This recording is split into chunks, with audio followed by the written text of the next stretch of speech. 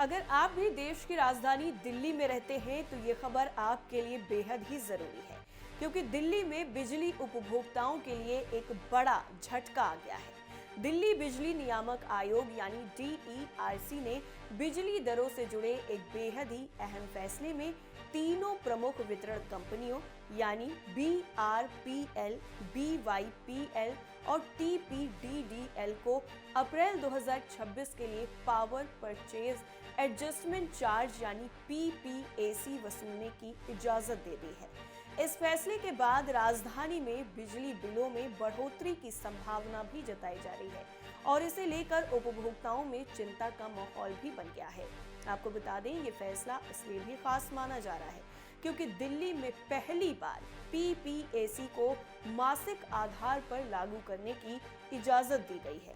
अब तक ये चार्ज हर 3 महीने में यानी तिमाही आधार पर वसूला जाता था, लेकिन नए नियम के तहत अब हर महीने बिजली की लागत और दरों की समीक्षा की जाएगी और उसी के आधार पर अतिरिक्त चार्ज जोड़ा जा सकेगा। इस बदलाव का सीधा असर बिजली बिलों पर पड़ेगा।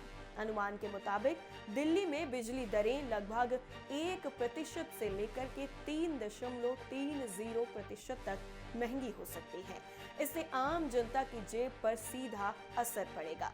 हालांकि ये बढ़ोतरी हर उपभोक्ता पर एक जैसी नहीं होगी, बल्कि ये खपत और श्रेणी के आधार पर अलग-अलग असर डालेगी।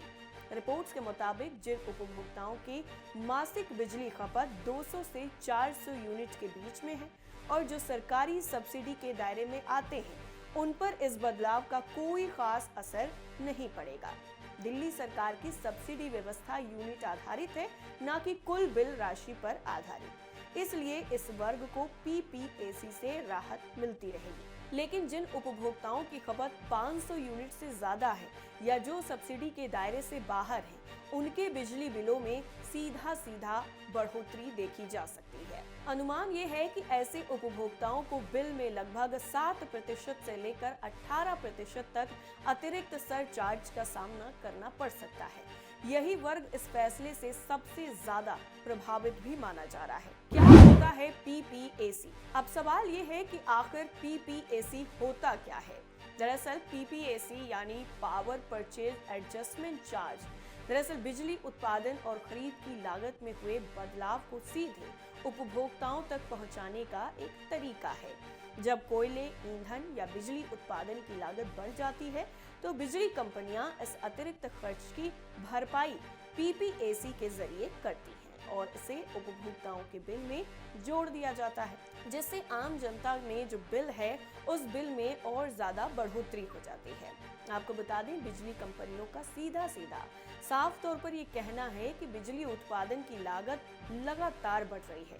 कोयले की कीमतों में उतार चढ़ाव, ट्रांसपोर्टेशन खर्च और बिजली खरीद समझौतों में बदलाव की वजह से कंपनियों पर आर्थिक दबाव भी बढ़ता जा रहा है। ऐसे में PPAC वसूलना जरूरी हो जाता है ताकि बिजली आपूर्ति सुचारू रूप से जारी रह सके और कंपनियों पर वित्तीय संकट ना आए। ये भी बताया जा रहा है कि देश के 25 से ज्यादा राज्यों में पहले से ही इस तरह का चार्ज लागू है। वहां पर बिजली कंपनियां समय पर ईंधन लागत के आधार पर उपभोक्ताओं से ये अतिरिक्त शुल्क वसूलती हैं। कानूनी और न्यायिक आदेशों के तहत इसे बिजली वितरण प्रणाली का एक बेहद ही जरूरी हिस्सा माना गया है। इस बार DERC ने तीनों वितरण कंपनियों द्वारा मांगी गई पूरी बढ़ोतरी को मंजूरी नहीं दी है, बल्कि उससे काफी कम दरों पर PPAC लागू करने की इजाजत दी है। यानी कंपनियों ने जितनी वृद्धि की मांग की थी, आयोग ने उससे सीमित दायरे में ही मंजूरी दी है। दरअसल इस बार BRPL यानी दक्षिण दिल्ली क्षेत्र में 17.94% तक, PPAC, BYPL यानी पूर्वी दिल्ली में 17.43% तक और TPDDL यानी उत्तर और पश्चिम दिल्ली में लगभग 16% तक PPAC लागू किया गया है। हालांकि ये प्रतिशत सीधे बिल पर लागू नहीं होगा, बल्कि ये बिजली की कुल लागत संरचना का हिस्सा होगा। वहीं इस बड़े फैसले के बाद विशेषज्ञों का कहना है कि ये फैसला तकनीकी रूप से बिजली क्षेत्र की आर्थिक स्थिति को संतुलित करने के लिए लिया गया है, लेकिन इसका अंतिम बोझ उपभोक्ताओं पर ही पड़ता है। बिजली कंपनियों को समय पर जनरेटरों को भुगतान करना होता है और अगर पीपीएसी समय पर वसूला ना जाए तो कंपनियों पर ब्याज का बोझ बढ़ता है, जिसका असर आगे चलकर और ज्यादा बिजली दरों के रूप में सामने आता है। इस पूरे मामले में पावर एक्सपर्ट BS वोहरा ने भी गंभीर सवाल उठाए हैं। दरअसल उनका कहना है कि DERC ने पहले डिस्कॉम कंपनियों को बिलिंग चक्र में अधिकतम 10% तक FPPAC लगाने की इजाजत दी थी, लेकिन इसके बावजूद कंपनियां इससे ज्यादा वसूली की मांग कर रही हैं। उन्होंने ये भी आरोप लगाया है कि DERC बिना कैग ऑडिट के उपभोक्ताओं पर अतिरिक्त बोझ डालने की इजाजत दे रहा है। उनके मुताबिक दिल्ली में पहले से ही लगभग 38,500 करोड़ रुपए की रेगुलेटरी एसेट्स यानी नियामकीय देनदारी का बोझ मौजूद है, जिसे भी अंततः उपभोक्ताओं से ही वसूला जाता है। ऐसे में बिजली उपभोक्ताओं पर ये एक गंभीर वित्तीय दबाव बनता जा रहा है। विशेषज्ञ ये भी मानते हैं कि दिल्ली सरकार को इस पूरे मामले में हस्तक्षेप करना चाहिए और बिजली दरों की संरचना की गहन समीक्षा करनी चाहिए ताकि उपभोक्ताओं पर अनावश्यक बोझ न बढ़े। राजनीतिक स्तर पर भी उठ रहा मामला। वहीं राजनीतिक स्तर पर भी ये मुद्दा उठने की लगातार संभावनाएं हैं, क्योंकि बिजली दरों में किसी भी तरह की बढ़ोतरी सीधे जनता की जेब से जुड़ा मुद्दा होता है। विपक्षी दल पहले भी इस तरह के मामलों में सरकार पर सवाल उठाते रहे हैं।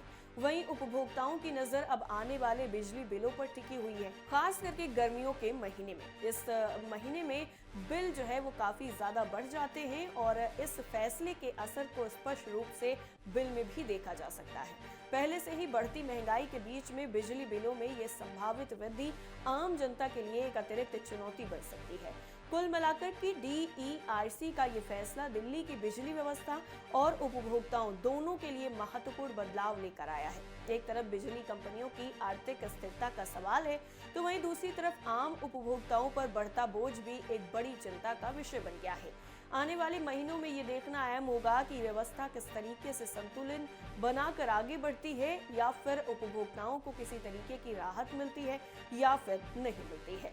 कैसी लगी आपको हमारी ये खबर, हमें जरूर बताइए। बाकी देश दुनिया की तमाम खबरों के लिए आप देखते रहिए TV7 भारत। नमस्कार।